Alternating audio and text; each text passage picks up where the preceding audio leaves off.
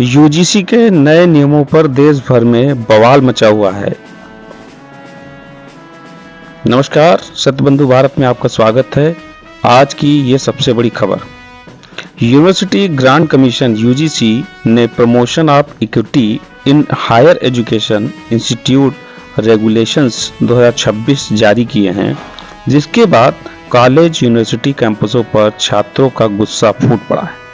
ये नियम 13 जनवरी 2026 को नोटिफाई हुए और अब पूरे देश में विरोध प्रदर्शन हो रहे हैं।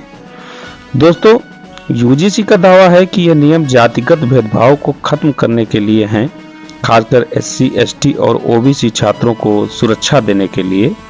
यूजीसी के डेटा के मुताबिक 2019 से 2023 तक यूनिवर्सिटीज में जाति आधारित शिकायतों में 118% की भारी बढ़ोतरी हुई है।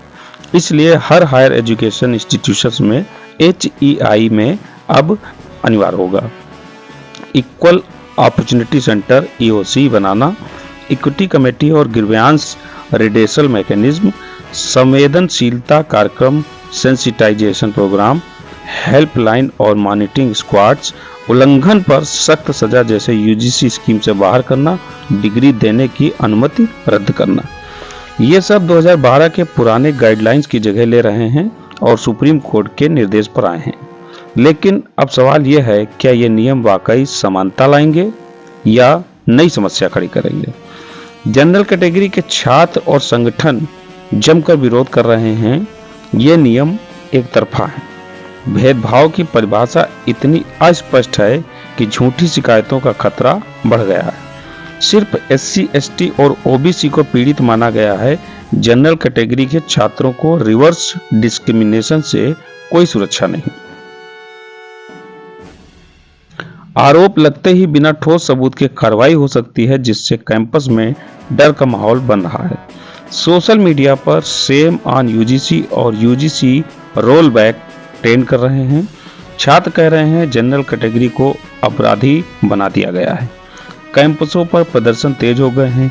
दिल्ली, लखनऊ, पटना समेत कई शहरों में जनरल कैटेगरी के छात्र सड़कों पर उतर आए हैं।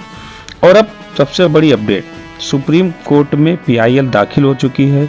याचिकाकर्ता कह रहे हैं कि ये नियम संविधान के अनुच्छेद 14, 19 और 21 का उल्लंघन करते हैं। सेक्शन 3(1)(c) पर सवाल उठ रहे हैं, जो भेदभाव के पीड़ितों को सिर्फ आरक्षित वर्ग तक सीमित करता है। कुछ नेता और संगठन कह रहे हैं ये नियम रिवर्स डिस्क्रिमिनेशन को बढ़ावा देंगे। वहीं समर्थक बोल रहे हैं ये जरूरी कदम है, क्योंकि दलित आदिवासी छात्रों पर अत्याचार रुकने चाहिए। दोस्तों, ये विवाद अब सिर्फ शिक्षा का नहीं बल्कि समानता और संवैधानिक न्याय का बड़ा सवाल बन गया है। क्या सुप्रीम कोर्ट इन नियमों पर रोक लगाएगा या यूजीसी को संशोधन करने को कहा जाएगा? आपकी क्या राय है? कमेंट में बताएं। क्या नियम ठीक है या रद्द होने चाहिए? हम इस खबर पर नजर रखे हुए हैं। ज़्यादा अपडेट्स के लिए बने रहिए हमारे साथ। जय हिंद।